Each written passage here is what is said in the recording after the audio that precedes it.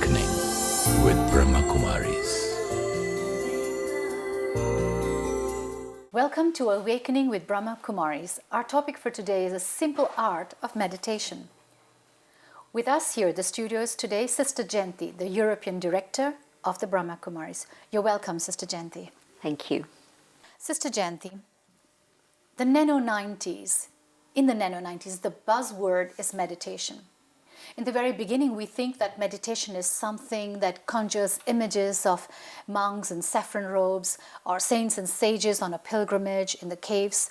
But today, meditation is being offered as seminars, courses in gymnasium, even spas and hotel resorts. So is meditation just fashionable now? I think so. I think whenever there's a need for something, then there's a fashion that comes up. But simply because meditation is fashionable doesn't mean that it's not essential.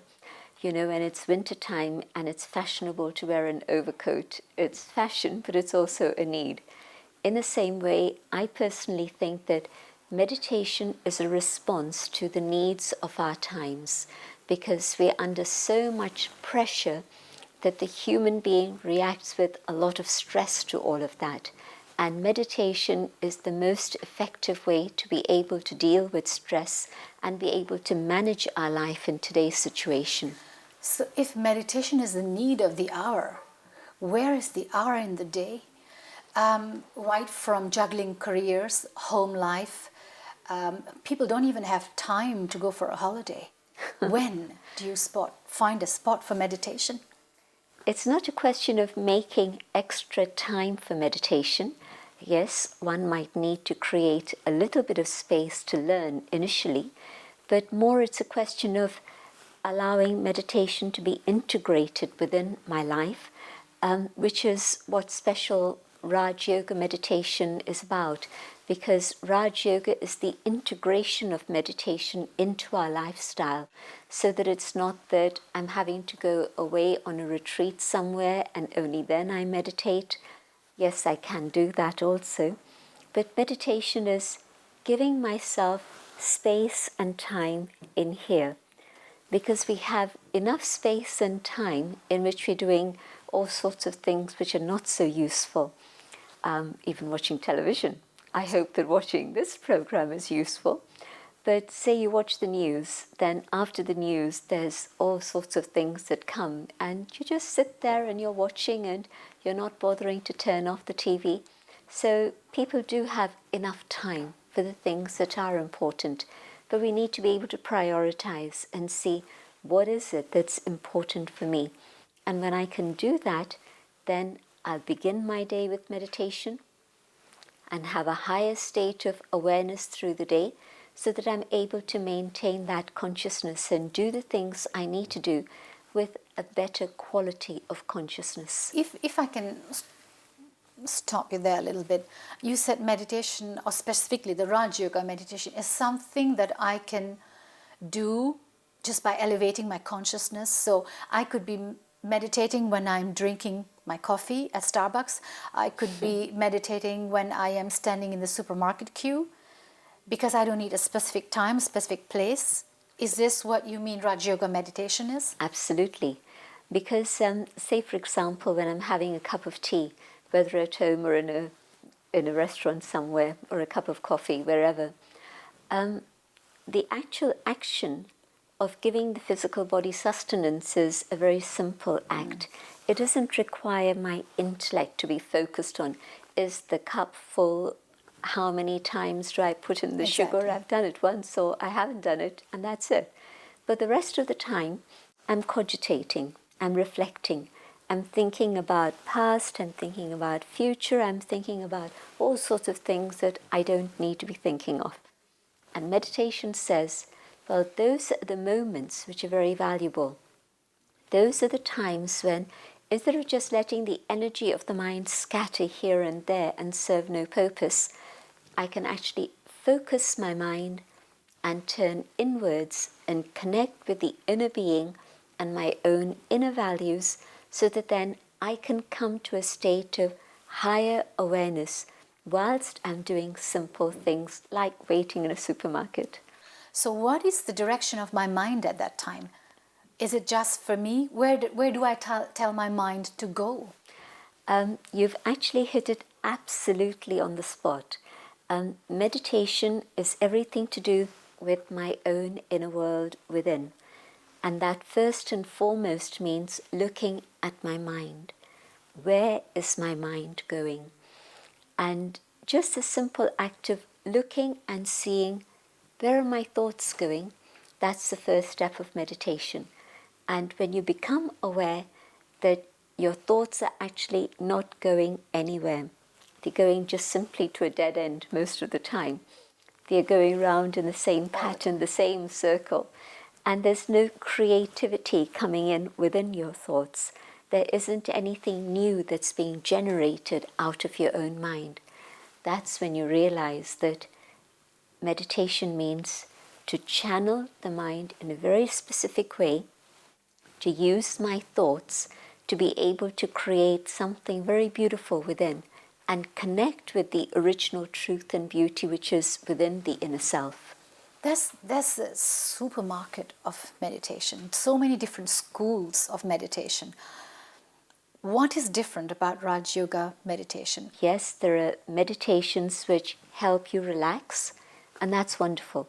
Because if the body is relaxed, then that's a great advantage to physical health. Because when the body gets tensed up, as it does nowadays with so many stressful situations, the impact of that is there's many repercussions on our physical health. So if the meditation you're doing is simply for relaxation, carry on with it.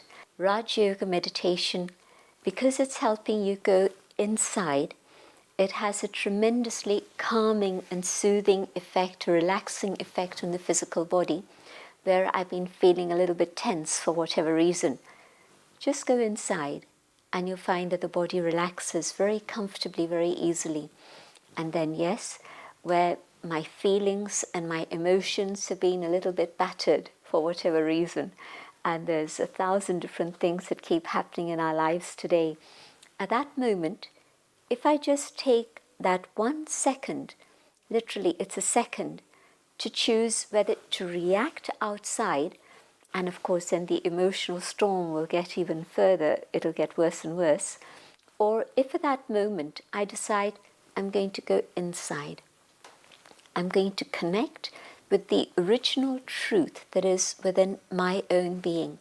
I'm going to come back to my own inner dignity so that whatever is going on outside stays out there. And I become the creator of my own feelings and my emotions in my own inner world. And then, within that moment, I'm connecting with myself, my self-respect is restored, and I come outside and I can face the world with my dignity that nobody else can take away from me. And so it's still the same situation. I don't even have to leave the room. I simply have to use my awareness and go back inwards. And when I can do this, then yes, my own self-esteem and my own state of dignity is able to create a different vibration in the room. And probably I'm going to be able to create an atmosphere of peace in which others also calm down, and the response is going to be a very different one to what would have been otherwise. So all this in 1 second? All this. So what I think changes to vibrations, and you think people can feel, oh, she's shifted, or there's a change in there. People pick these vibrations up just by you switching to a higher awareness? Think about how quickly fear is transmitted. Yes. If I see something and I get scared and I'm afraid, well, that fear, people don't know what it is I've seen, but they felt my response of fear. Immediately. And yes. that response spreads throughout the room and people get concerned, what's going on? So if we see the negative side, which has such a visible impact, the positive has a quieter, more gentle impact. It's not like a sledgehammer like the negative, but it's a very powerful impact nonetheless, and it has that positive calming influence, And they won't say, "You made me peaceful," but they'll begin to feel peace at that moment. And so, yes, how long does it take to create a thought? It's less than a second, less than a moment, because in 1 second, many, many thoughts are flying through my mind. And so going in, 1 moment, and coming out and seeing others with a very different vision, not as people who are attacking me, not as people who are my enemies, but as my colleagues, as my friends, as my family. So if I use, Sister Jayanti, if I use this thought at that moment when there's a heated argument or there's a conflict in a room, and I have this thought that I am going to react peacefully, and that peaceful reaction that I create, or the thought that I create within myself, will allow my team, my teammates to actually also respond in that peace. Just visualize that situation.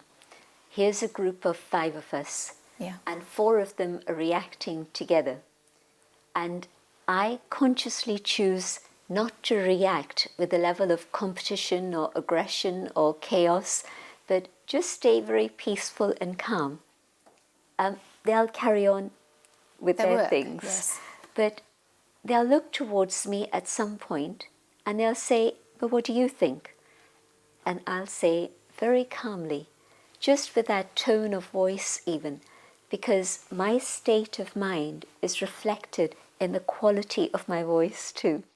And so if at that moment I respond saying, "But maybe there's another way to look at it, and maybe there's a different way we can respond," and definitely it'll stop them in their tracks and they'll say, "Okay, tell us more."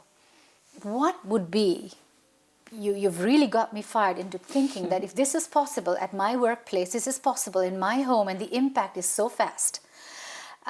What's the baby steps to meditate? Do I get a yoga mat, clear a space in my room? What do I do? You can get a yoga mat if you want to, and I'm sure business of yoga mats will go fast. But the important thing is to clear space in your mind. And yes, it's very helpful to have a specific spot where you meditate every day, and you can decide that this is the little corner where I'm going to meditate. Some people find it relaxing to sit on the floor, cross-legged or semi-lotus posture, but some people find it a bit tough. You might prefer to find a chair and just sit comfortably on the chair. So comfort is key then? Yes, because discomfort is a distraction for the mind. If I try sitting on the floor and then I can't get up, it's going to be a problem. Yeah, not a floor person. And so a chair in which you can be not so comfortable and laid back that you fall asleep, but comfort in the sense that the body is calm, it's still, it's stable, and the mind can be free. Not a bed, though. You wouldn't recommend meditating on a bed? Dangerous. Too relaxing. Dangerous. Our brains are programmed, and what happens is that when we relax, then the next thing that our brain is telling our body to do is time for sleep. Exactly. Yeah. And so when we're meditating and we're telling the body, relax, we don't want the mind to fall asleep. And so it's 2 mixed messages. But this is why some people, when they begin to meditate, very quickly they doze off. But this is the reason, because there's a programming in the mind, in the brain. And so no, bed's not the right place. But definitely, yes, a comfortable posture in which you can have the body that's comfortable and quiet, and start looking inside. Instead of the things out there, the things out here, which is what we're usually accustomed to doing, we're constantly reacting to external stimuli. And now for a moment we're saying, the world outside is there, but I want to go on a journey. I want to go inwards, and I want to see what's going on in my mind. And just the simple act of going inwards, looking at the mind, means that the mind begins to slow down I'm now watching my thoughts. I'm seeing where are my thoughts going. And when I can do this, I can also be selective about the quality of thoughts I choose to have. Sometimes, Sister Jayanti, this is what I feel. Sometimes when you take a moment to reflect on your thoughts and you're at that space of stillness and you are watching where your thoughts can actually frighten you. Your thoughts can come from a fearful place, can come from a doubting place. What do? Do I shift my thinking? What am I telling myself when I have a fearful thought? When I have a thought of concern or worry? Because I'm looking at it and I'm seeing I'm really worried about my health, or I'm really worried about my children. I'm really worried if I'll get through this interview or not. I'm watching my thoughts and they are creating reaction. Instead of relaxing, what do I do with these thoughts? I have to understand that whatever I'm going to create in my own mind is actually what's going to happen outside. Oh. Because if I'm going to create thoughts about worrying about my health, it's going to have a direct impact on my health, and my health is not going to be very strong. It's going to become weak and there's going to be problems arising. If I'm already creating thoughts about my failure in an interview, guess what's going to happen? You fail. You create that reality, you mean, by your thinking. Sports people have understood this very, very well. And this mechanism of actually being able to visualize something and be able to achieve it is something that's used by sportsmen and sportswomen in a very powerful way. I know at least 3 Olympic gold winners, and each one of them have told me that one was in his 30s, and in terms of sports, that's old. Yeah. And so he'd already participated in a couple of Olympics before, and now this was going to be his 3rd one. And he was told, "You're too old." But there was something driving in him that made him say, "I want to do this." And he programmed himself, and he was able to do it. But afterwards he said, instead of a bronze, I could have got a gold if I'd been able firmer in my determination, my commitment. To see that gold, you mean? To see achieving that? That's right. And another woman, and she had been ill, and she was young, but she had been ill. And people told her a year before the Olympics, "Forget it, you're never going to be able to train enough." And she decided that even though at a time when her body couldn't train, she would train her mind. And she was training her mind for several months. And then by the time her body was able to train, it was fine, and she got a gold. And so Amazing. These are 2 stories, but there's plenty more also. So whatever it is our mind begins to think, it's actually a prophecy that we have created, and that prophecy will be fulfilled. And so never mind achieving gold in Olympics, only a handful can do that. But say, for example, I go for a work interview and I'm already having self-doubt. I'm already feeling maybe not, it's not going to work.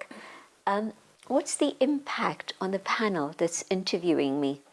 They can feel your nervousness. Yeah. They're going to pick it up and they're going to say, well, there's 500 more candidates. Yes. Better we go for one of the others rather than this one. She's not even sure of herself. And if I walk in, not with ego, because people react to ego also, but confident, secure, in that there's something valuable I have that I can offer. So this is brilliant. I think we should try this. The next time I learn cooking, I'll visualize everyone loves the food. It's come out perfect instead of it burning, and I'm sure it will happen. That's all for today. Meditation has been so simplified by you. It's something that anybody can do, and its benefits are tremendous. At our next talk, we will be discussing more in depth about the impact of meditation, not only as a lifestyle, but what exactly the word means and why the meaning of that word is the reality that you will create. Sister Jayanti, meditation sounds simply the way we talk to ourselves, the way we put thoughts in our own mind. It's perhaps a good moment to take for you to show us how to meditate and what to say to ourselves when we meditate. Let's try it. It's a very simple thing. And the best thing is to put both feet on the ground so that your body can be balanced and relaxed. And probably just take a deep breath. And as I take my breath in, I become aware that this breath is the life force for the physical body,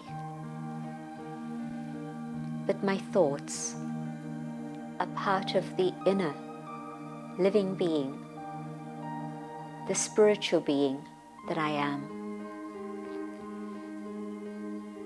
And it is this inner being, the spiritual being, that determines what's happening within the physical body. And I create thoughts that can allow this body to relax. I can feel my feet, my legs, my back, my shoulders, my arms, letting go of the tension that I've built up inside. I can even let go of the tension that I'm holding in my face, so that even the muscles in my face relax. And I visualize the inner being, the being of light, in the center of the forehead. And in this awareness, I see myself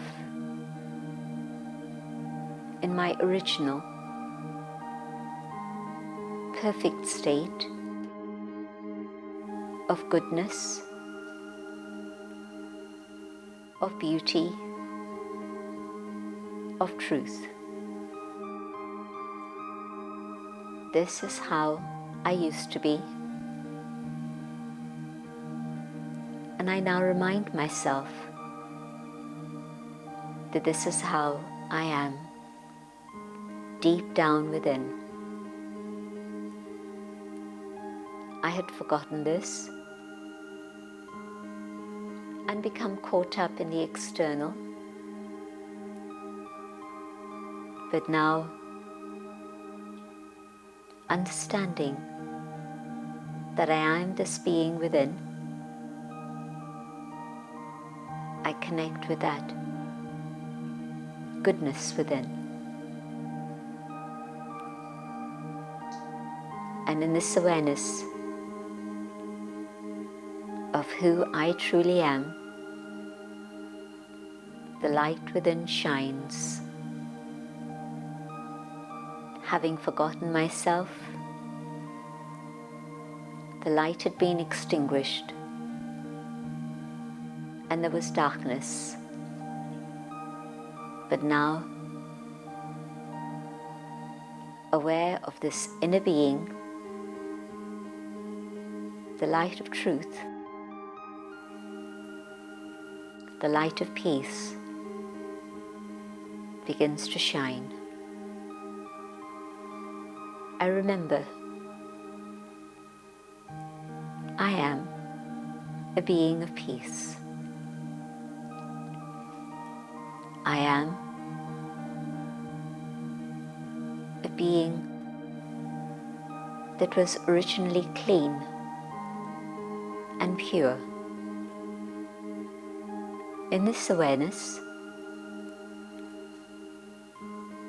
peace radiates out throughout my physical body.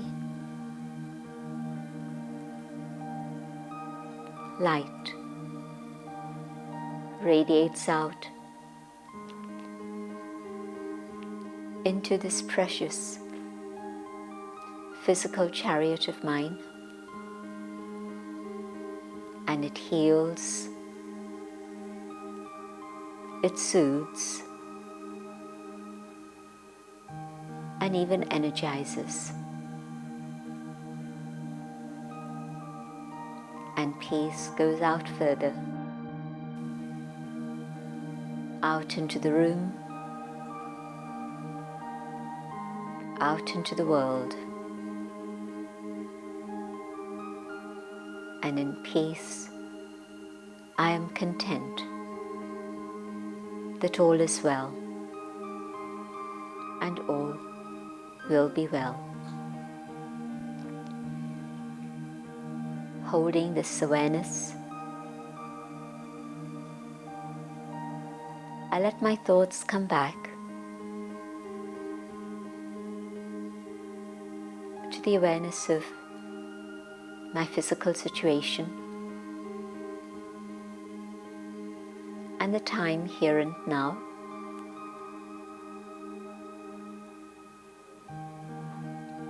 And the things that are waiting to be done, but now with peace, with goodness.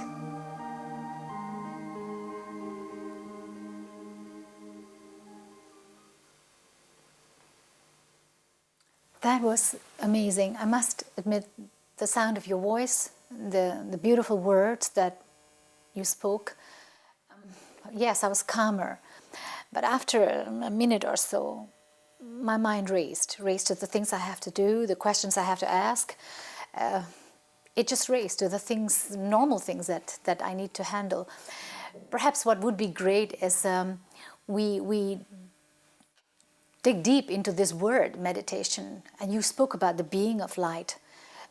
Where is that being of light? Who is it? Is it about, you're talking about me? All these thoughts came up. So I think that would be very interesting to understand and dig deep into this word, meditation, what it means. It must come from somewhere. And so perhaps that would be something that we would like to be taking up next. Surely we'll do that. Thank you. Thank you. Thank you for being with us. More to come on the idea of meditation and its simplifications. If you wish to discuss your problem or have a question to ask or want to know your nearest Rajyoga Meditation Center, call us on 099 99 744 555. Shanti.